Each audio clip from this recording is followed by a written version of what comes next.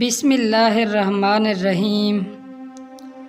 حضرت be be Fatima رضی اللہ تعالیٰ عنہ کا معجزہ۔ دلچسپ اور مشکل کشا معجزہ مکمل ضرور سنیں۔ کسی ملک میں ایک بادشاہ تھا۔ اس نے وزیر سے کہا، شکار کا سامان تیار کرو، ہم شکار پر جائیں گے۔ اس خبر کو سن کر بادشاہ زادی اور وزیر زادی نے بھی ساتھ چلنے کی درخواست کی۔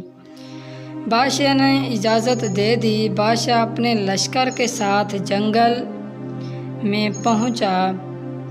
سبھی نے ایک جگہ قیام کیا۔ پھر ایک زور کی آندھی آئی اور سارے لوگ ایک دوسرے سے دور جا گرے۔ کچھ ہی دیر میں سبھی ایک دوسرے سے آ ملے، لیکن بادشاہ زادی اور وزیر زادی کا کہیں پتہ نہ چلا۔ بہت دیر تک تلاش کرنے کے بعد جب ان کا پتہ نہ چلا تو سبھی مایوس ہو کر واپس محل کو لوٹ گئے۔ دوسری طرف تیز آندھی کی وجہ سے دونوں پہاڑ پر جا کر گری تھیں۔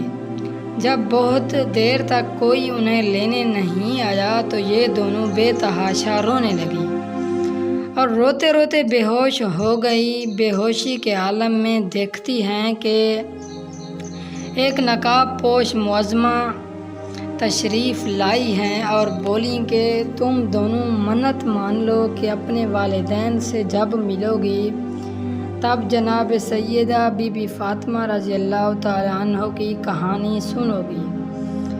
انہوں نے منت مان لی۔ ہوش میں آتے ہی دونوں نے خواب کی بات ایک دوسرے سے دریافت کی۔ اسی جنگل میں کسی دوسرے ملک کا بادشاہ اپنے لشکر کے ساتھ شکار کھیلنے کے لیے آیا تھا۔ اس نے ایک سپاہی کو پانی کی تلاش میں بھیجا۔ وہ پانی کے چشمے ڈھونڈنے کے لیے پہاڑ پر چڑھا۔ وہاں بادشاہ زادی اور وزیر زادی کو دیکھا تو ان کا حال دریافت کیا۔ ساری باتیں سن کر سپاہی بولا، اگر آپ چاہیں تو میرے ساتھ چلیں، ہمارے بادشاہ آپ لوگوں کو آپ کے والدین سے ملانے میں آپ کی ضرور مدد کریں گے۔ دونوں کے پاس اس کے سوا اور کوئی راستہ نہ تھا، اس لیے دونوں اس کے ہمراہ ہو لیے۔ اس بادشاہ نے انہیں محل میں بڑی عزت سے رکھا۔ دریافت کیا کہ کس ملک کی ہیں آپ؟ پہلے بادشاہ کو جب پتہ چلا کہ اس کی بیٹی اور وزیر کی بیٹی فلاں بادشاہ کے یہاں زندہ سلامت ہیں تو اس نے اللہ کا شکر ادا کیا اور دوسرے بادشاہ کو شکریہ کا پیغام بھیج کر اپنی لڑکیاں اپنے ملک واپس بھیجنے کی گزارش کی۔ دوسرے بادشاہ نے بڑے احترام سے جواب بھیجا کہ آپ کی بیٹیاں حاضر ہیں، لیکن اگر آپ مناسب سمجھیں تو آپ کی لڑکی کی شادی میرے لڑکے سے اور وزیر کی لڑکی کی شادی میرے وزیر کے لڑکے سے کرا دیں۔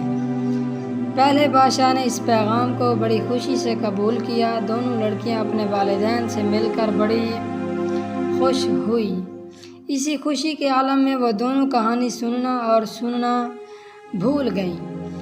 دونوں کی شادی بڑی ہی دھوم دھام سے ہوئی۔ رخصتی کے بعد بادشاہ کو پتہ چلا کہ پانی کا ایک خاص لوٹا محل میں چھوٹ گیا ہے۔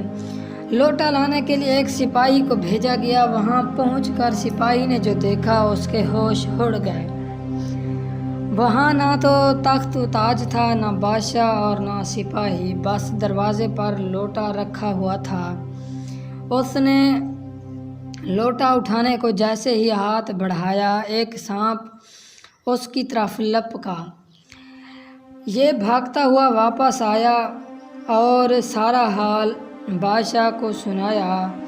یہ سن کر بادشاہ کو ان دونوں لڑکیوں پر بہت غصہ آیا اور کہا کہ تم ضرور جادوگرنیاں ہو، تمہیں کل قتل کر دیا جائے گا۔ دونوں قید خانے میں رات بھر روتی رہیں اور بے ہوش ہو گئیں، اور بے ہوشی کے عالم میں دونوں پھر نقاب پوش معظمہ کو دیکھتی ہیں اور وہ کہتی ہیں کہ تم دونوں کہانی سنانا بھول گئی تھی، یہ اسی بھول کا عذاب ہے۔